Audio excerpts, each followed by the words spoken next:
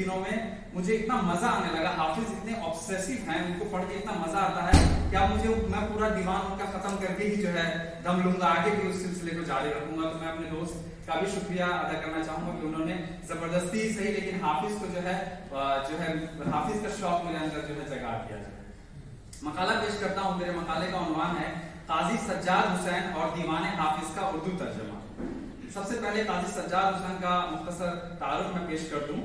آپ کی جائے پیدائش کیرتپور بجنور اور سن پیدائش 1910 ہے. آپ کے والد حکیم قاضی شمشاد حسین صاحب نے آپ کی تعلیم و تربیت پر مکمل توجہ دی. عربی فارسی کی ابتدائی تعلیم کیرتپور ہی میں ہوئی, پھر انہیں دارالعلوم دیوبند بھیج دیا گیا. آپ وہاں سے فراغت حاصل کرنے کے بعد مدرسہ عالیہ فتح پوری دہلی میں بحیثیت استاد درس و تدریس سے وابستہ ہو گئے. 1947 میں آپ صدر المدرسین مقرر کیے گئے. آپ ایک باکمال استاد تھے. آپ کی علمی تشنگی روز افزو تھی, لہذا آپ نے اپنا علمی سفر جاری رکھتے ہوئے الہ آباد بورڈ سے فاضل کا امتحان دیا اور اول آئے. پھر پنجاب یونیورسٹی سے عربی زبان میں BA کیا. آپ اس کے علاوہ منشی فاضل اور دیگر امتحانات میں بھی کامیاب ہوئے. آپ قلم و کرتاس کے شہسوار تھے. آپ نے 7 معلقات کی شرح التوشیحات کے نام سے لکھی جو بہت مقبول ہوئی. آپ نے گلستان بوستان اخلاق محسنی کے تراجم بھی کیے. بوستان آپ نے 1955, گلستان 1960 اور دیوان مثنوی کا ترجمہ 1976 میں کیا. آپ ہمدرد دواخانہ میں معاون متولی بھی رہے. قاضی سجاد حسین کے تراجم بہت پسند کیے گئے اور انہیں علمی حلقوں میں خوب سراہا گیا. آپ کی خدمات کے اعتراف میں 1966 میں صدر جمہوریہ ہند ڈاکٹر سروپلی رادھا کرشنن کے ہاتھوں certificate of honours in Persian دیا گیا. 1990 میں آپ اس دائرے فانی سے کوچ کر گئے. دوستو جو دوسرا جز ہے میرے مقالے کا وہ حافظ شیرازی ہے. مختصر سا ان کے بارے میں بھی بتا دوں. حافظ کا مکمل نام خواجہ شمس الدین محمد حافظ ہے. آپ 1325 میں ایران کے مشہور شہر شیراز میں پیدا ہوئے. ابتدائی زندگی غربت میں گزری. آپ ایک بیکری میں کام کرتے تھے. بعد کی زندگی میں بھی بہت تکلیفیں اور سختیاں دیکھی. ایران پر کئی ظالم حکمرانوں کی حکمرانیاں دیکھی. قتل و غارت گری کا گرم بازار دیکھا. حافظ کا انتقال 1390 میں ہوا.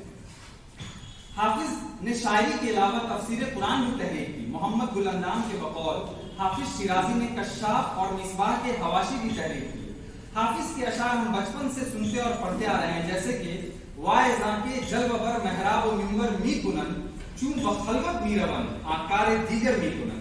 ایسے ہی صلاح کار کجا ومن خراب کجا ببی تفاوت را از کجا تا کجا. ایسے ہی ماں قصہ سکندر و داران خاندین از ماں بجز حکایت مہر و وفا مخلص. بعض دفعہ جو کتاب ہے سجاد صاحب کی, بعض دفعہ اردو ترجمہ تحقل لفظ کرنے کی وجہ سے ترجمہ قدر ثقیل ہو گیا ہے. جیسے دیوان حافظ کا پہلا شعر ہے الا یا ایھا الساقی عدید قسم و نافلھا, کہ عشق آسان نمود اول ولے استاد مشکل ہاں. ترجمہ کیا گیا ہے آگاہ اے ساقی, پیالے کا دور چلا اور وہ دے, کیونکہ ابتداءً عشق آسان نظر آیا لیکن مشکلیں آن پڑی. یہاں عربی کا حرف تنبیہ الا کا ترجمہ بے عین ہی کرنے کی وجہ سے ترجمے کا حسن قدر مدھم نظر آتا ہے, اور ناولہا میں ہا ضمیر کا ترجمہ اور وہ دے قاری کے لیے غموض پیدا کر رہا ہے. اسی غزل کے مقطع میں کہتے ہیں حضوری گر ہمی خواہی ازو غائب مشو حافظ متاما تل قمن تہوا دعی دنیا و امہلہا. اے حافظ تو حضوری چاہتا ہے تو اس سے غائب مت ہو.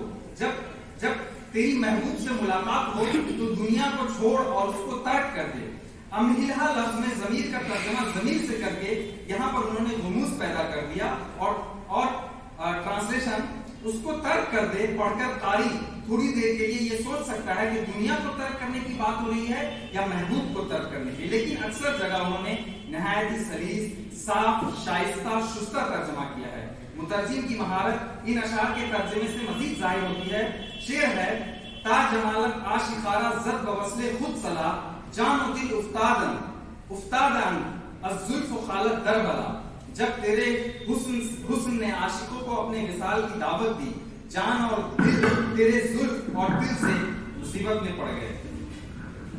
دوسرا شعر ہے آنچ جانے عاشقہ از دست ہجرت می کشد کس ندیدہ در جہاں جز کش تگانے کربلا.